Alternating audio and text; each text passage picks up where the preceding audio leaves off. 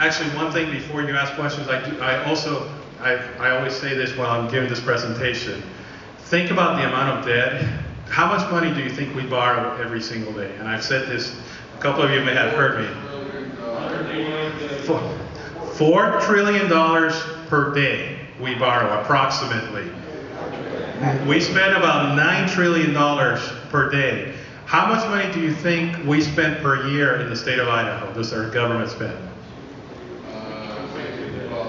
2.4 trillion. So, 2.4 billion. Every 12 hours in the United States, we're borrowing enough money to run the state of Idaho for a whole year. And that, I don't understand, 3.5 trillion, those are big numbers for me. But I sure understand what it takes to run the state of Idaho. And for me to think that every 12 hours we're borrowing enough money to run the state of Idaho, that's pretty scary.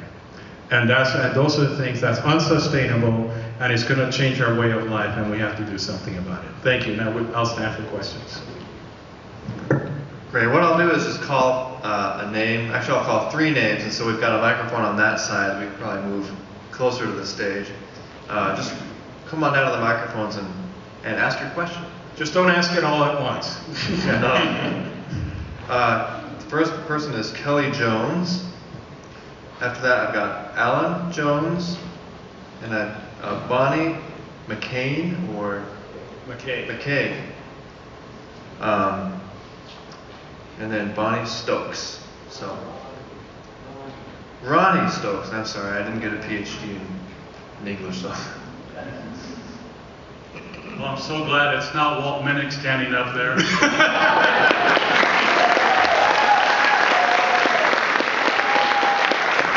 I'll tell you, the last town hall I went to, many Republicans got up and said how proud they were to vote for Walt, and I was ashamed. So that's my speech. I'll read my question. My company has already raised our group premiums by 33% in order to cover the first year requirements of Obamacare. Plus, I understand in 2014, it is estimated that 30% of the companies will drop their group coverage, forcing the employees onto Obamacare, which will be run by a 12-member board in DC. What are you going to do, Congressman Labrador? What are the new freshmen going to do? And what are the Republicans going to do to stop this healthcare monstrosity? Great question. The first vote I took on the House floor, actually the first vote was for Speaker of the House. But the second vote that I took on the House floor was to repeal Obamacare. And that's what every other Republican in the House of Representatives did. The problem is that we sent it to the Senate. And they decided for several weeks not to do anything about it, for several months in fact. Now they did do a vote on it, I think it was 2 or 3 weeks ago, and it was defeated. I think it was 43 to 57 or something like that. So what we need is you guys to call all your family members that live in other states. We don't have a problem in Idaho. We have great senators. But we need to change the Senate. We need to have people in the Senate that will vote with the Republican House. And I say this sometimes, and people don't like it. We can even get it done even if Obama is reelected. If we have enough senators and members of the House, we can get things done. The problem is that now we have to fight a White House that is for Obamacare, and we have to fight a Senate that is for Obamacare. Now, let's talk about the specifics that you talked about. First, about the premiums. The reality is that we do have to do something about healthcare reform. It's unrealistic for us to say that all we're going to do is repeal Obamacare and then that takes care of it. That's not true, because as a business owner, I saw my healthcare costs actually go up every single year, even before Obama was president. Every single year, my healthcare costs were going up. So it's really important that as Republicans, we don't talk just about repealing Obamacare, but actually reforming the healthcare system in a way that actually reduces the cost of healthcare. Now, what was the promise made by Obama and the Democrats? That their healthcare plan was going to, they said it was such a great idea because it was going to reduce the cost of healthcare. We know that's not true. in fact, is increasing, number one, increasing the cost of healthcare. But the second thing that is happening goes to your second question, which is that all these big companies are deciding that it's cheaper for them to actually drop the current health insurance that they have, to pay a fine, which is a very minimal fine, and to put everybody on the public dole, put everybody on the public healthcare system, which in turn will mean that they will have not only higher costs, but less benefits. Now that saves money. Now, as a rational thinker, it wasn't a surprise to me that businesses were going to do that. Because, you know, if you own a business, especially if you own, you know, if you have more than 3 or 4 employees and you start looking at your healthcare costs, you start realizing that it's much cheaper for you to pay a small fine and let them then have some sort of government healthcare system. So we all knew that that was what a rational businessman was going to decide. But if you remember, Obama and the Democrats said that that would never happen, that no one would lose their current health care, and that's exactly what's happening. About 30% of the American people will lose their current health care. But it's imperative for us as Republicans to make sure that we also have a plan to reform the healthcare system so we can start reducing the cost of healthcare. And there's some ideas that we're working on back in Washington, D.C. But thank you for your question. Next. Thank you. Alan Jones, Precinct 60 Chair. What's your name again? The Republicans are trying to get spending reductions equal to the amount of the proposed debt limit increase. Why is it unrealistic to think that they couldn't stand for spending cuts and no debt limit increase?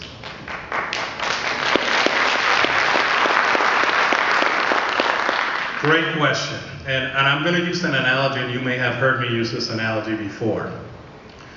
If I have a son or a daughter who I give my credit card to, and they go out and they spend a bunch of money that they're not supposed to spend, they get me in debt, it's still my responsibility as a father to take care of that debt.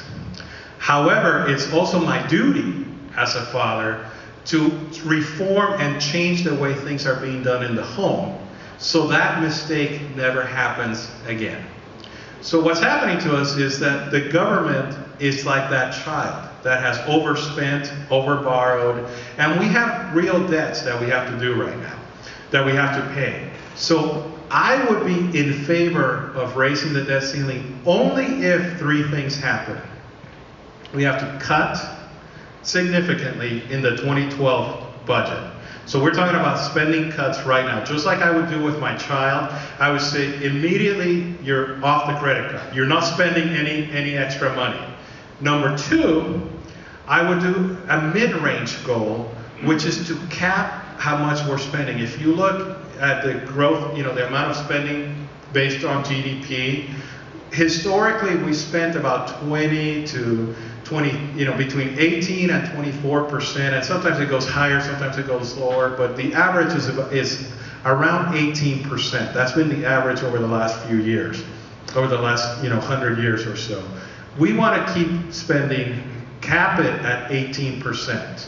So we're telling the government, you can spend no more than 18% of GDP. And why 18%? Why a number like that? Because historically, it's actually worked really well. When we have high revenues, you still keep it, you increase spending, but you increase spending based on the amount of GDP, or you lower spending based on the amount of GDP, you know, and that's a good, responsible thing to do. Just like most businesses, most families say, we're only going to spend X amount of our income on certain expenses. So that's what we would do. So that would be number 2. And for me, the third thing that is important is have a balanced budget amendment. And we're calling this cut, cap, and balance. We have to have a balanced budget amendment. If you guys think about it, why is it that Idaho, over the last 5 years, has been able to meet all of its requirements, been able to have a balanced budget and not raise taxes? And that's because we have a requirement in the Constitution that says that the Idaho legislature has to balance its budget. Now, we have certain decisions that we make. Over the last 5 years, we have been responsible and we've been able to balance the budget without raising taxes. That's what the Republicans in the Idaho legislature have tried to do. And I think that's exactly what would happen. In fact, Ronald Reagan, many, many years ago, in 1982, said something really important. You have a lot of Republicans in D.C. who say that a balanced budget amendment is a gimmick. And Ronald Reagan said in 1982, 30 years ago, that most people say that this is a gimmick, but the moment you pass a balanced budget amendment, you will actually see changes, drastic changes made in the way we spend business and, we do business in Washington, and the way we spend money in Washington, just by having that enacted. So even though some people think that it's a gimmick, I don't think it's a gimmick. I think that would be one of the tools for us to control the spending. So if we could do those three things, which I think are responsible ways of dealing with our current debt problem, then I would seriously consider voting to increase the debt ceiling.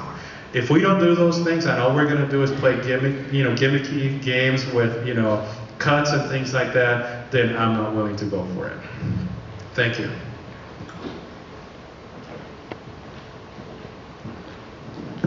Here's a money one again. People are concerned about money? Yeah, we're not making as much as we did. That's 2 true. years ago. Hello. Anyway, where is Obama going to get $556 billion for transportation? I don't know. He's going to borrow it, probably. He's going to take 30%. He's going to take it from, he's going to borrow 42% of it from other places, and then he's going to tax you more for it. Now, your initial comment is actually really important. I know. Yeah. You want to come up here and do this? Her initial comment, I don't know if you guys heard it, but I joked with her, you're worried about money, and she says, yeah, of course, we're all making less money than we were making before. That's really the key to the problems of America right now. We can talk about spending cuts, we can talk about raising the debt ceiling or not raising the debt ceiling, but the reality is that the only way we're going to get out of this mess is if we can encourage businesses to spend again in the United States and to invest in the United States. And that's really the problem that we're having. I just had the opportunity this morning to meet with the CEO of one of the biggest corporations here in Idaho. And I actually left the meeting depressed because he's talking about all the regulations, all the taxes, all the actions that the federal government is making, and all those things are actually discouraging big companies like his from investing in the United States. If they stop investing, and the interesting thing that he said was something that I don't know if I'm going to be able to sleep tonight. He said, I'm actually fine. My company will be fine in the future because I will make decisions based on your government decisions that will require me to either go to another country, to invest in foreign nations, do all these different things, and my company will make money. But the problem is that I'm not as hopeful about the future of America. And that scares you when you have CEOs of major companies that are thinking that they know how the business works. They know how the international markets work. He can go to any other country and his company will make money. He'll be able to retain his job because his stockholders, shareholders will still make money. But what he's worried about is what we should all be worried about growth in the economy in the United States. So our paychecks can be higher. We can actually, if we actually increase everybody's paychecks, there actually will be enough money in the federal coffers for us to do the things that we have to do. So instead of what the Democrats want to do, which is they want to just raise your taxes so they can pay for everything, I want to hopefully create the environment for businesses to grow so everybody makes a little bit more money, which means that they will pay more taxes, but not because I increased them, but because they're making more money.